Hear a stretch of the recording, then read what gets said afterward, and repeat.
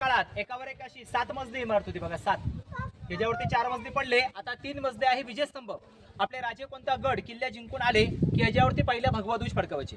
म्हणजे आजूबाजू गावातल्या वस्त्यांच्या वाड्यांच्या लोकांना वाटले पाहिजे राजे विजय करून आलेले आहेत. पुण्याच्या इतिहासामध्ये विजयस्तंभ. खाली खिडक्यांना डिझाईनवाला दगडामधला गोलाकार दिसतं का समोर बघा, ती राण्यांची बाल्कनी. पहिला दरवाजा पाहिला मेणा दरवाजा, तिथे महाराजांच्या 6 राण्या संध्याकाळच्या वेळी मेण्यात बसून इथे हवेशीर बसायला यायचे बघा.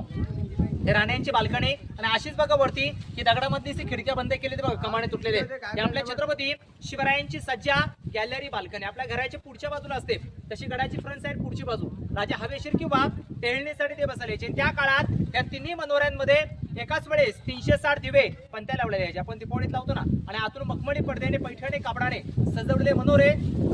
या मनोऱ्यांचं वैभव पाहून राजांचं वैभव कसं असेल याची त्या काळात कल्पना केली जायची. समोर रूम दिसते ना समोर वरती बघा, त्या रूमचं नाव आहे टाकसाळ मिंट. आता पैसे असतात नोटा, तर त्या काळात राजमुद्रा शिवराई म्हणून कॉइन तिथे बनवले जायचे. आता पैशांवरती लिहिले जातं सत्यमेव जयते. तर त्या काळात होतं प्रतिपचंद्र लेखे व वर्दी विश्व वंदिता शहा सुनो शिवशा मुद्रा भद्राय राजते. तसा प्रतिपचंद्र कलेने वाढत जातो. ते शहाजी राजांचे पुत्र शिवराय यांचं राज्य प्रतिभेच्या कलेने वाढत जाईल. आणि राजमुद्रा ही लोक कल्याणासाठी होती, लोकांसाठी होती. अशा राजमुद्रेचा अर्थ होता.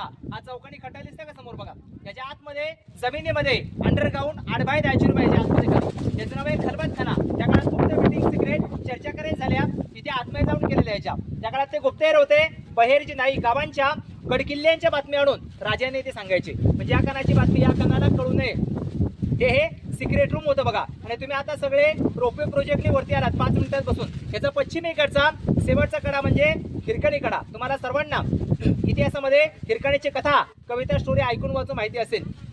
हिरकणीची कविता अशी आहे, रायगडावर राजधानी ती होती शिवछत्रपतींची व कथा अजूनही सांगता येते. येथे हिरकणी बुर्जाची वसले होते गाव तळासी गडगेवाडी या नावाचे.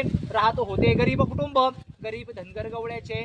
आई बायको ताना मुलगा कुटुंब होते छोटेसे. शोभत होते हिरा नावत्या तडपदार घरवालीचे.